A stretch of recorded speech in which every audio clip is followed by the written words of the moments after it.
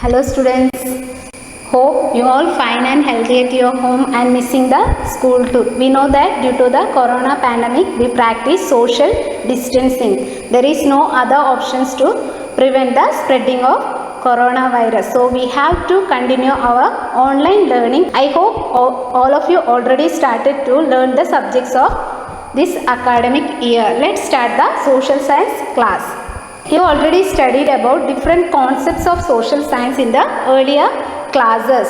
That is, you studied about consumption, production, distribution and medieval Indian economy, society and the kingdoms, different kingdoms, medieval Kerala's geographical features. All these concepts directly or indirectly related to human life.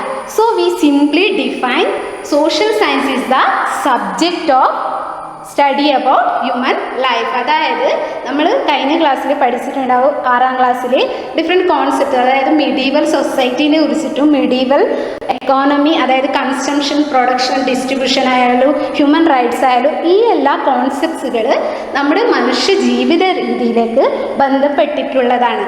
അതുകൊണ്ട് നമുക്ക് ഇതിനെ സിമ്പിളായിട്ട് നിർവചിക്കാൻ പറ്റും. എന്താണ് social science എന്ന് പറയുന്നത്?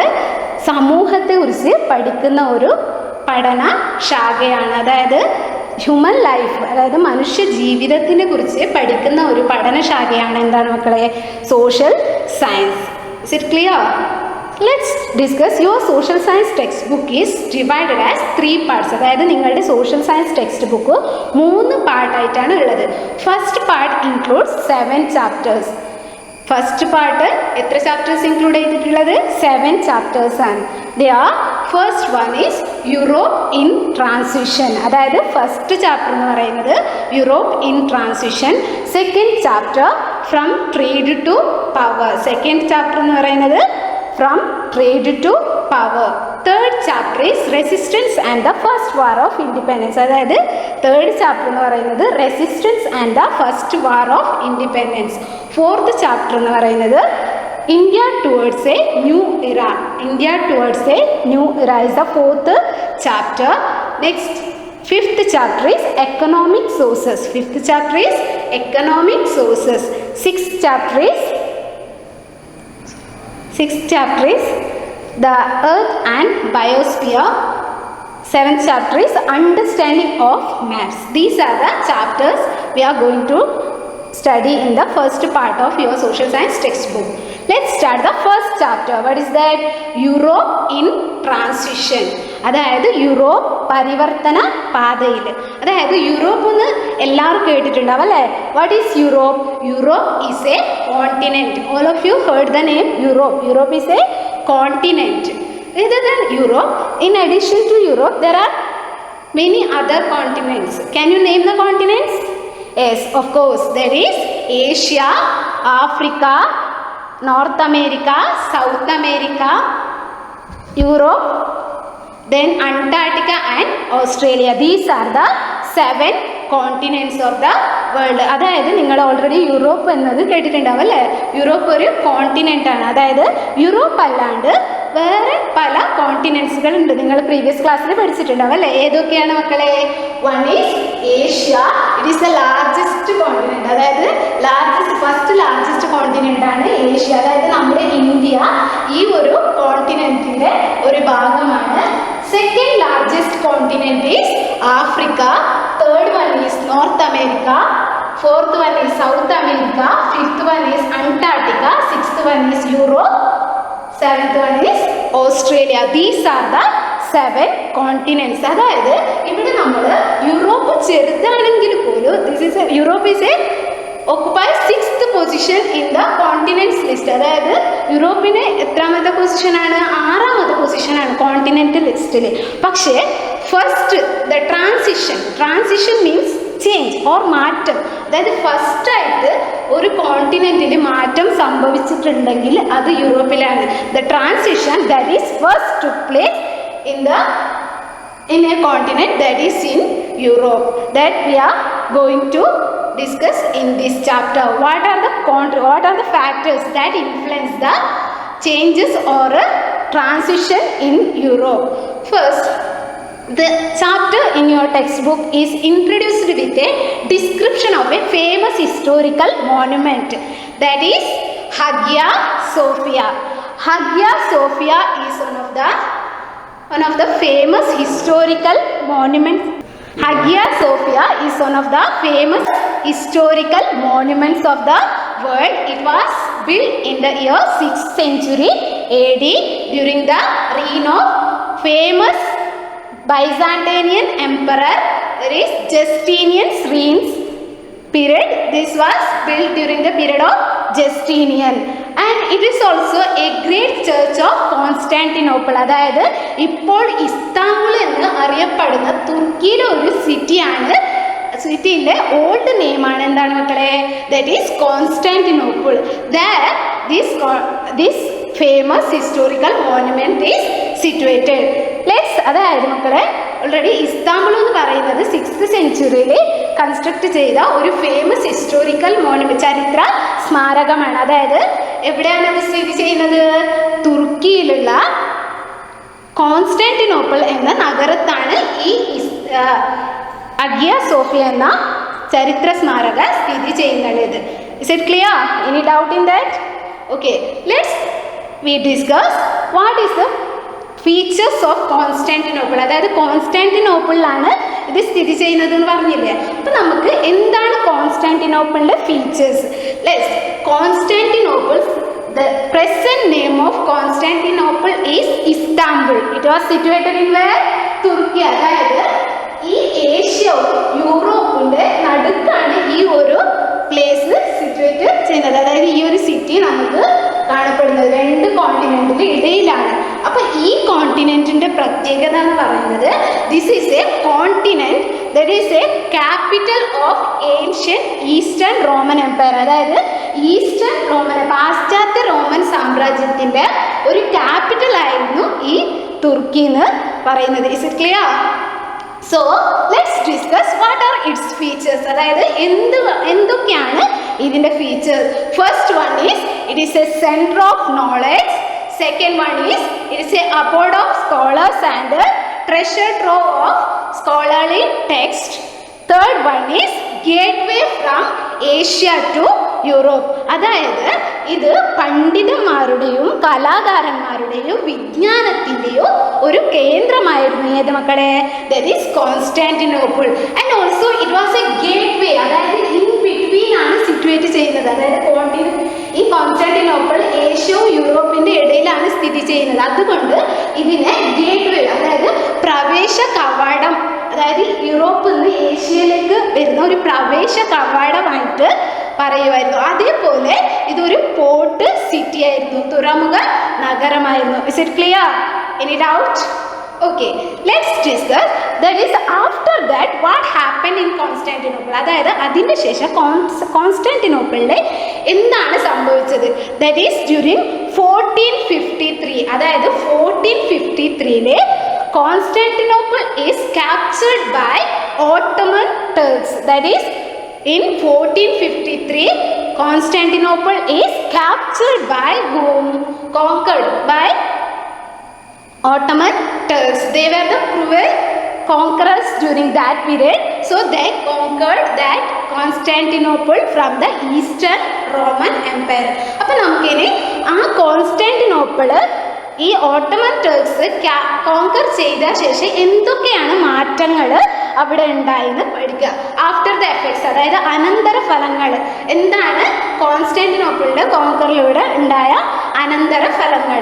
First one is that is it was lead to fall of old centuries eastern Roman empire. അതായത് അവിടെ കോൺസ്റ്റാന്റിനോപ്പിൾ എന്തായിരുന്നു മക്കളെ? ഈസ്റ്റേൺ റോമൻ എംപയറിൻ്റെ ഒരു ക്യാപിറ്റൽ ആയിരുന്നു അല്ലേ? ഇതിലൂടെ ഈ കോൺസ്റ്റാന്റിനോപ്പിൾ ഓട്ടോമൻ ടർക്സ് ക്യാപ്ചർ ചെയ്തതോടെ ഈ ഒരു പാരമ്പര്യമായിട്ടുള്ള ഒരു റോമൻ സാമ്രാജ്യം, പാശ്ചാത്യ റോമൻ സാമ്രാജ്യം തകർന്നു. That is the after effects of conquer of Constantinople. Let's discuss after that what happened. അതായത് ഇവർ പെട്ടെന്ന് വന്നിട്ട് ആക്രമിച്ച് ഈ പ്രദേശങ്ങൾ കീഴ്പ്പെടുത്തിയപ്പോൾ അവിടെയുള്ള ജനങ്ങൾ പേടിച്ചു. അവരെന്തായി, അവിടെ നിന്ന് നിയർ ബൈ ഏരിയാസിലേക്ക് പലായനം ചെയ്തു. There is many of the writers and scholars including many of the other persons were fled from Constantinople to nearby areas. അതായത് നിയർ ബൈ ഏരിയാസിലേക്ക് അവർ പലായനം ചെയ്തു. This is the after effects of Constantinople. After by many of them, അതിലും കുറേ ആൾക്കാർ ഇറ്റലിക്കാണ് move ചെയ്തത്, migrate ചെയ്തത്. അതായത് നമ്മൾ പറഞ്ഞു ഓൾറെഡി കോങ്കർ ചെയ്തതോടെ കുറച്ച് ആൾക്കാർ നിയർ ബൈ ഏരിയാസിൽ എന്താക്കി, പലായനം ചെയ്തു. അതിൽ കൂടുതൽ ആൾക്കാർ എവിടേക്കാണ് മക്കളെ പോയത്? That is to Italy. Let's discuss എന്തുകൊണ്ടാണ് ഇറ്റലി അവർ, let's discuss why they prefer Italy as best place for them. എന്തുകൊണ്ടാണ് കൂടുതൽ ആൾക്കാർ ഈ ഇറ്റലിയിലേക്ക് പോയത്? First, Italy was a country, അതായത് റോമൻ സാമ്രാജ്യം, ഏർലിയർ റോമൻ സാമ്രാജ്യത്തിൻ്റെ ഫസ്റ്റ് ഉണ്ടായ റോമൻ സാമ്രാജ്യം എവിടെയായിരുന്നു ഉണ്ടായത്? ഇറ്റലിയിലാണ്. അത് ഓൾറെഡി നശിച്ചതാണ്, പിന്നീടാണ് ഈസ്റ്റേൺ റോമൻ എംപയർ നശിക്കുന്നത്. That is that and Italy was a rich country that had upheld the Greco Roman tradition. അതായത് ഗ്രീക്കോ റോമൻ ട്രഡീഷനെ പ്രിസർവ് ചെയ്യുന്ന ഒരു കൺട്രി ആയിരുന്നു ഇത് ഇറ്റലി എന്ന് പറയുന്നത്. Next reason is the rich Italian traders, they were the great patron of art, literature and culture. അവർ എന്തായിരുന്നു? They were the great patron of art and literature and also culture. The traders also showing interest in preserving the historical heritage. അതായത് historical ആയിട്ടുള്ള culture preserve ചെയ്യുന്നതിന് ഈ Italians കൂടുതലായിട്ട് importance കൊടുത്തിരുന്നതാണ്. അതുകൊണ്ടാണ് ഈ already ഉണ്ടായ കലാകാരന്മാരും സാഹിത്യകാരന്മാരും പണ്ഡിതന്മാരും എവിടേക്ക്, ഇറ്റലിയിലേക്ക് മൈഗ്രേറ്റ് ചെയ്തത്. അവർക്ക് എന്തായാലും അവിടെ ഒരു support കിട്ടുമെന്നറിയാം.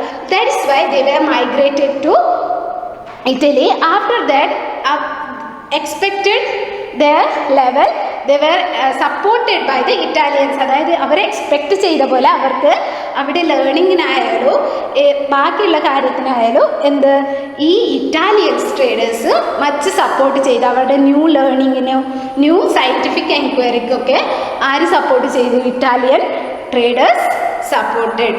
So let's what happen, അതായത് ഓൾറെഡി നമ്മൾ ഡിസ്കസ് ചെയ്തതാണ് റോമൻ സാമ്രാജ്യം, Roman empire is declined.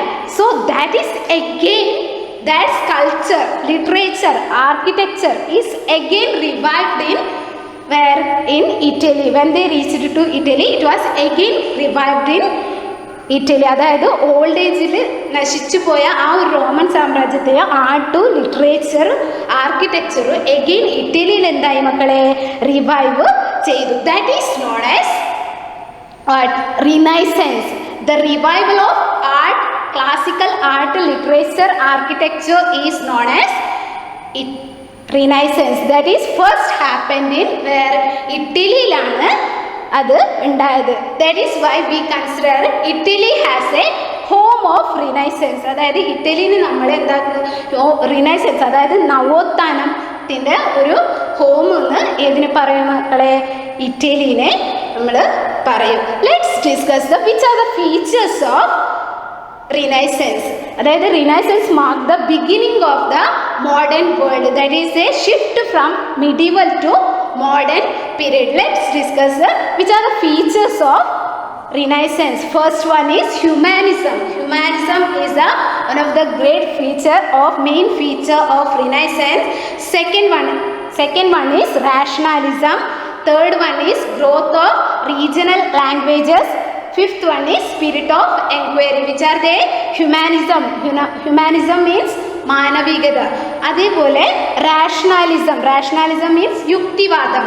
Next growth of regional languages, അതായത് ഗ്രോത്ത് ഓഫ് റീജിയണൽ ലാംഗ്വേജ്, പ്രാദേശിക ഭാഷകളുടെ വളർച്ച. നെക്സ്റ്റ് സ്പിരിറ്റ് ഓഫ് എൻക്വയറി, അതായത് അന്വേഷണ ത്വരം, അതായത് അന്വേഷണ രീതിയിലുള്ള ഒരു ന്യൂ ലേണിംഗ് എവിടെ ഉണ്ടായി? ഈ ഇറ്റലിയിൽ ഉണ്ടായി. Let's discuss what is humanism. You know that in the earlier classes in 6th standard you studied most of the writers, they give importance to the literature of literature in both religion and philosophy. They were praising the kings and they gave importance to what religion and philosophy in their writings. But here is a changes. അതായത് ഇവിടെ കുറച്ച് മാറ്റങ്ങളാണ് ഉണ്ടായത്. അതായത് medieval കാലഘട്ടത്തിൽ ഈ കവികളായാലോ artist ആയാലും എന്തിന് ഇമ്പോർട്ടൻസ് കൊടുത്തിരുന്നു മക്കളെ? റിലീജിയന്, ഫിലോസഫിന്, രാജാക്കന്മാരുടെ എലൈറ്റ് ക്ലാസ്സിന്, പീപ്പിളിന് മാത്രമാണ് ഇമ്പോർട്ടൻസ് കൊടുത്തിട്ടുള്ളത്. Humanism means a vision of giving importance to the various aspects of human life. അതായത് ഹ്യൂമൻ ലൈഫിൻ്റെ വേരിയസ് ആസ്പെക്ട്സിന് ഇമ്പോർട്ടൻസ് കൊടുക്കുന്നതിലൂടെ ഈ ഹ്യൂമാനിസം എന്ന ഒരു കോൺസെപ്റ്റ് റിനൈസൻസിൻ്റെ പീരീഡ് ഉണ്ടായി. അതൊരു മെയിൻ ഫീച്ചറാണ്. Writers placed common man in the as the central theme of their writings. അതായത് റൈറ്റേഴ്സ് ആയാലോ ആർട്ടിസ്റ്റ് ആയാലോ ദെൻ സ്കോളേഴ്സ് ആയാലും അവരുടെ റൈറ്റിങ്സിലായാലും പെയിൻറ്റിങ്സിലായാലും കോമൺ മാനിനെ എന്തായിട്ട് അവരുടെ റൈറ്റിങ്സിന് പെയിൻറ്റിങ്സിന് ഒരു സെൻട്രൽ തീമായിട്ട് കണ്ടു. അവിടെ that mark A great changes in the various aspects of human life.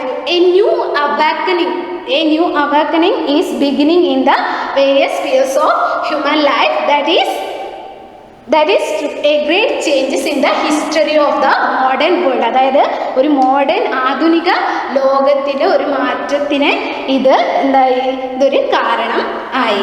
So they അതായത് അവർ എവിടുന്ന് വന്നവരാണ് മക്കളെ?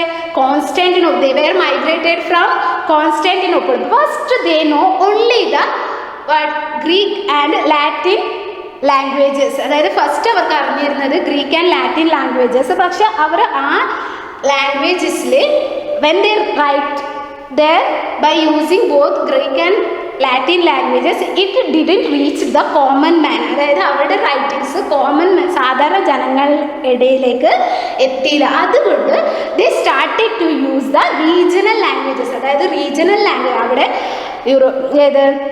ഇറ്റലിയിലുണ്ടായ റീജിയണൽ ലാംഗ്വേജിനെ അവർ പഠിച്ച് അതേ രീതിയിൽ വർക്ക് ചെയ്താൽ തുടങ്ങി. That is the regional language in Italy is English, Spanish and French. They used regional languages. This caused the growth of regional languages due to the Renaissance.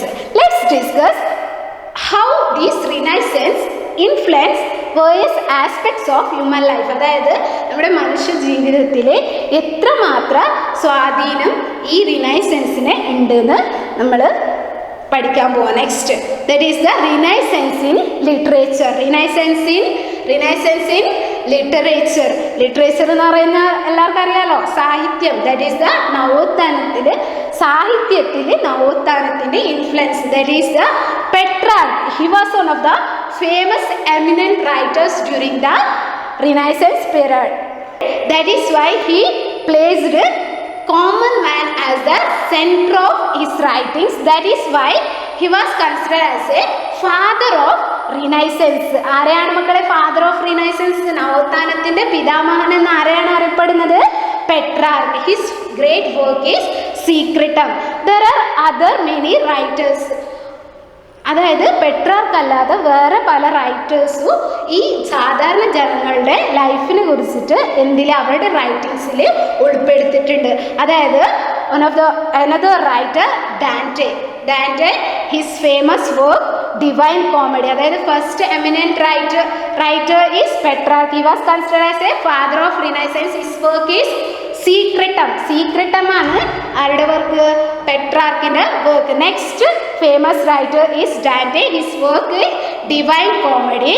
Next famous writer is Boccaccio. His famous work Decameron. And next Cervantes. He was one of the famous writer. His work is Don Quixote.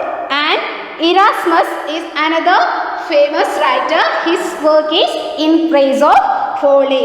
അതായത് 5 famous റൈറ്റേഴ്സിനെ കുറിച്ചിട്ടാണ് നമ്മൾ പഠിച്ചത്. ഇവരൊക്കെ they were giving more importance to human aspects in their writings. Let's discuss how Renaissance influenced in art. അതായത് കലയിലൂടെ എങ്ങനെയാണ് ഈ renaissance influence ചെയ്തത്? കലയിലും അവർ എന്തിനെ ഹ്യൂമൻ ആസ്പെക്ട്സിനെ കോമൺ മാനെ സെൻട്രൽ തീമായിട്ട് പ്രിഫർ ചെയ്തായിരുന്നു. They were preferred common man as A centre of their writings. How it influenced in art. Let's discuss how it influenced in art. They were first, one of the famous painter during that period is Leonardo da Vinci. His famous paintings is Mona Lisa and Last Supper. Then another famous artist is Michelangelo. His famous work, The Last Judgment. The work of Michelangelo is Last Judgment. Third one is Raphael. He was one of the famous artists. His work is The School of Athens. The School of Athens is the work of famous artist Raphael. And fourth one, Lawrence Ghiberti. Lawrence Ghiberti, another one of the famous artists. His work is The Door of the Florence of Baptistry. The Door of the Florence of Baptistry is the work of, is the architecture of Lorenzo Ghiberti. Then another person is Donatello. His famous sculpture is Gatta Melata.